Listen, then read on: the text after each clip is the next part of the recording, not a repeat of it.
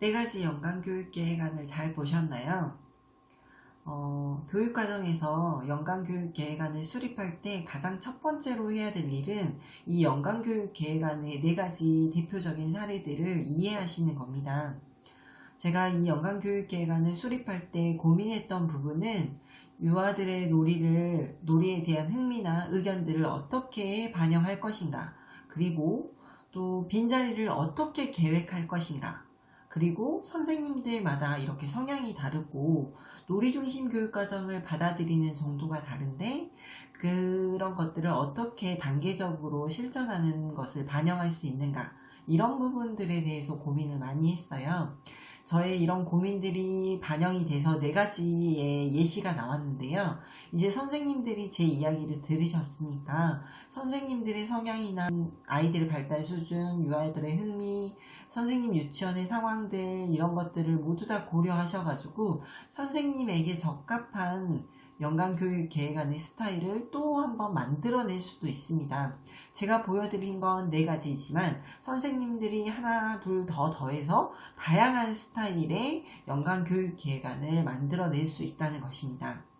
그래서 연간교육계획안이 어떻게 변화를 줄 수 있는지, 이런 부분들에 대해서 선생님들이 이해하시고 그리고 자기에게 적합한 연간교육계획안을 선택하시면 됩니다.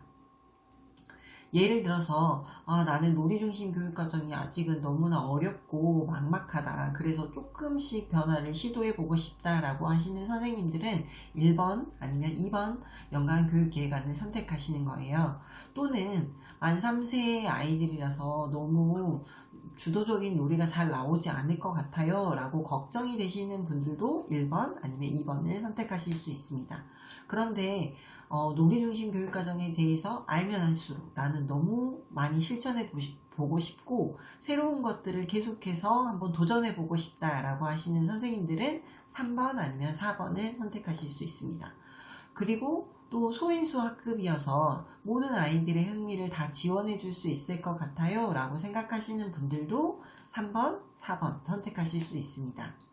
그리고 꼭 1, 2, 3, 4를 꼭 그 번호에 맞게끔 선택해야 되는 게 아니라요, 시기상으로도 조금 달라질 수 있습니다.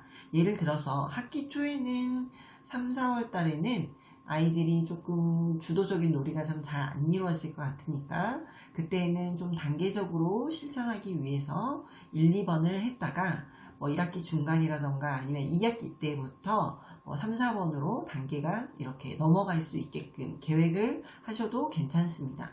또는 1번으로 계획했지만 놀이를 하다 보니까 아이들이 너무 잘해요. 그러면 3번, 4번으로 바꿔서 수정해 나갈 수도 있습니다.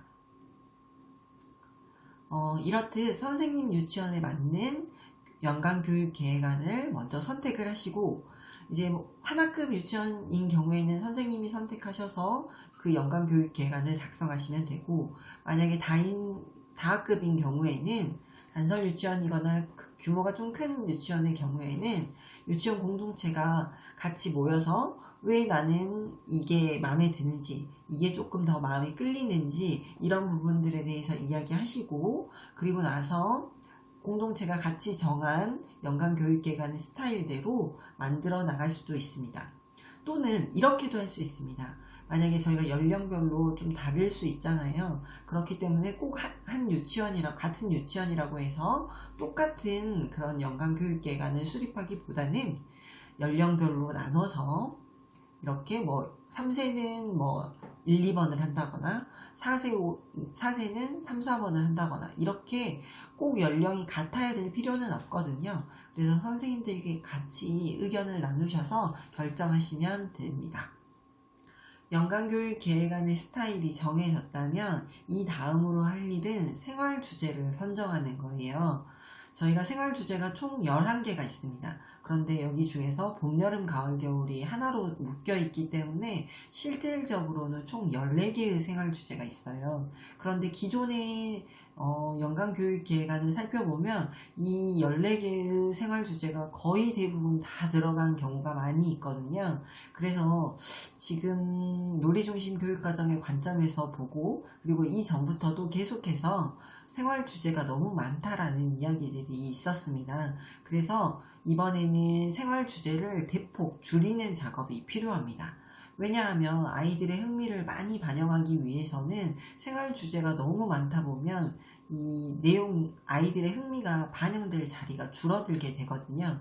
그래서 저희가 이번에는 생활 주제를 줄여볼 텐데요. 그러면 어떠한 관점으로 생활 주제를 줄여야 되는가에 대해서 고민을 해봐야겠죠.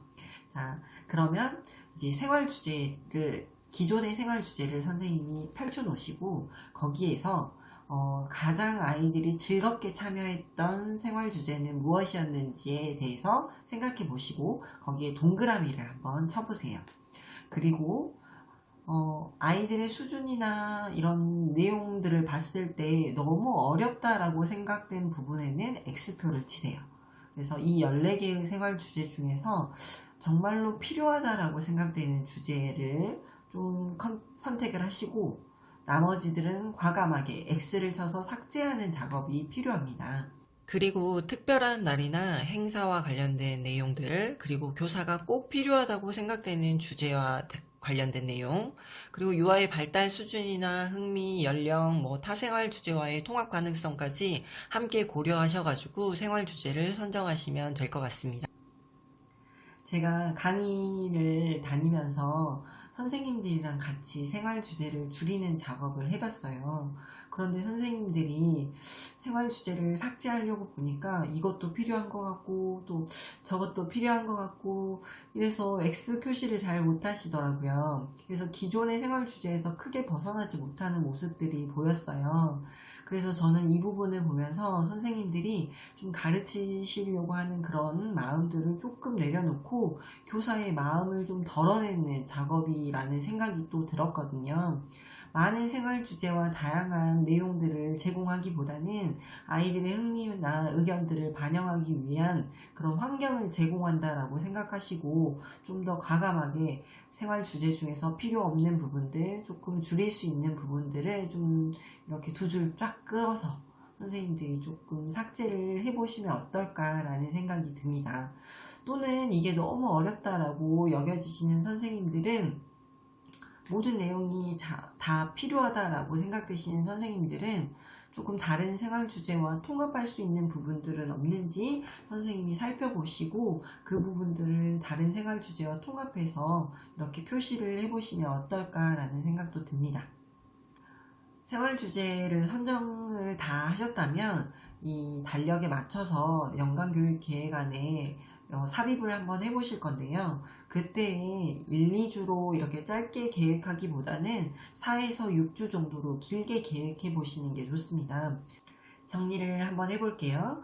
첫 번째는 연간교육계획안 4가지 스타일 보여드렸죠. 그 부분을 이해하시고, 그리고 두 번째 단계에서는 본인에게 맞는 연간교육계획안을 선택하세요.